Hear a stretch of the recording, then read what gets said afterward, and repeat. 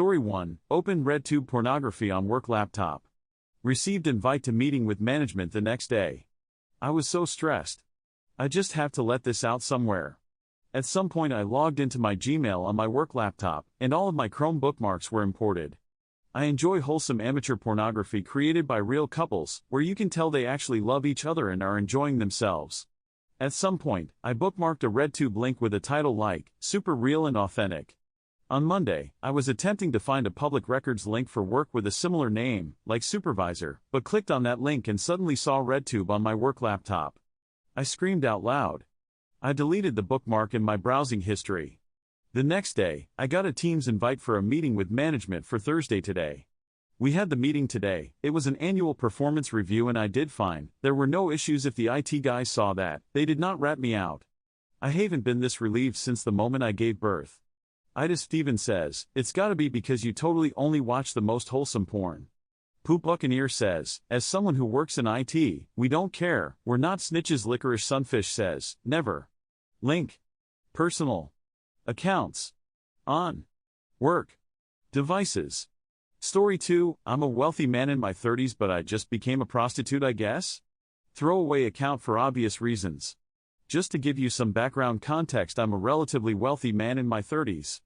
I was born very privileged and now have a good job, salary of $123,000 before tax, and I own my property in Zone 2 London, mortgage-free, paid for by my family. In London, generally, Zone 1 is the most affluent part of the city, and Zone 9 is the least affluent. In June, I was at a party in the bar of a nice hotel in London, Knightsbridge. A party of similarly well-off, young, attractive people. We were drinking a lot. It was a nice time, though. Close to us was a table of Middle Eastern men aged late 30s, early 40s, I'd say, and they got talking to my group. They were fine, I guess. Nice enough, anyway, and they started paying for everything, so, our group was happy to keep them around, cause, well, why not? One of the men was particularly quiet and awkward, just sort of sitting near us and watching. I'm a bit of an adopter, so I tried quite hard to include him, which he seemed to appreciate. He spoke in a really quiet voice, in broken English, and wouldn't hold eye contact. Very shy. When it came to the end of the night, only a few of us left. He paid the whole bar tab and asked me to stay a bit longer, so I did, and then he said I could see the view from his room, and I went. Even at this point, I honestly sincerely had no idea he had any intentions. He just didn't seem the type, but when we got to his room he says that he likes me and thinks I'm sexy. I say I'm not interested, and then, without a pause, he offered to give me $1,000 for oral sex. Immediately I'm shocked and say no, but then, he starts saying, in a way that seems super sincere, I am a good man. I respect you. I do not mean unkindness. But I really find you sexy, etc. I don't know. He kind of made it seem less objectionable in this way. I guess because my impression of prostitution is that it is inherently linked to violence or disrespect, but he was being really nice about it. Anyway, 10 minutes later and he had given me $1,000 in cash and we're doing it, and he was finished literally within, like, 78 minutes. He then thanked me and I left. It felt a bit weird immediately after, but, truth be told, I had thought it would matter more to me than it does. It just feels like whatever, you know? So, now, months later, he messages me out of the blue on Instagram and says he is Mongolia of all places and wants me to visit him. He says he'll pay me $5,000 for 3 days of visit, and pay for first-class flights.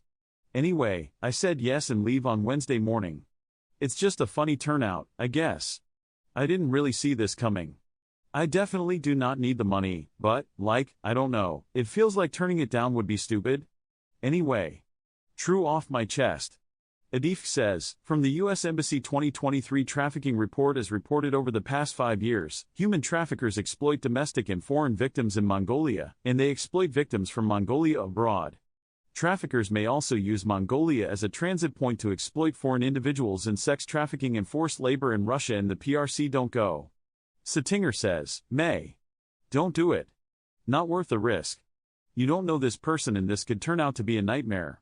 If you do go, make sure you register with your embassy and turn on live location for trusted friends. Blumen says, suck dick for $1,000 because he treated you nice. Now the nice guy is flying you out to a country you will have a very difficult time leaving if he doesn't want you to, all because he paid you another $5,000 and still seems nice. Jesus Christ, you're going to be the luckiest person on earth if you don't get trafficked throughout Eastern Europe after this trip. Thanks for watching, I love you. Follow Reddit Echoes for more.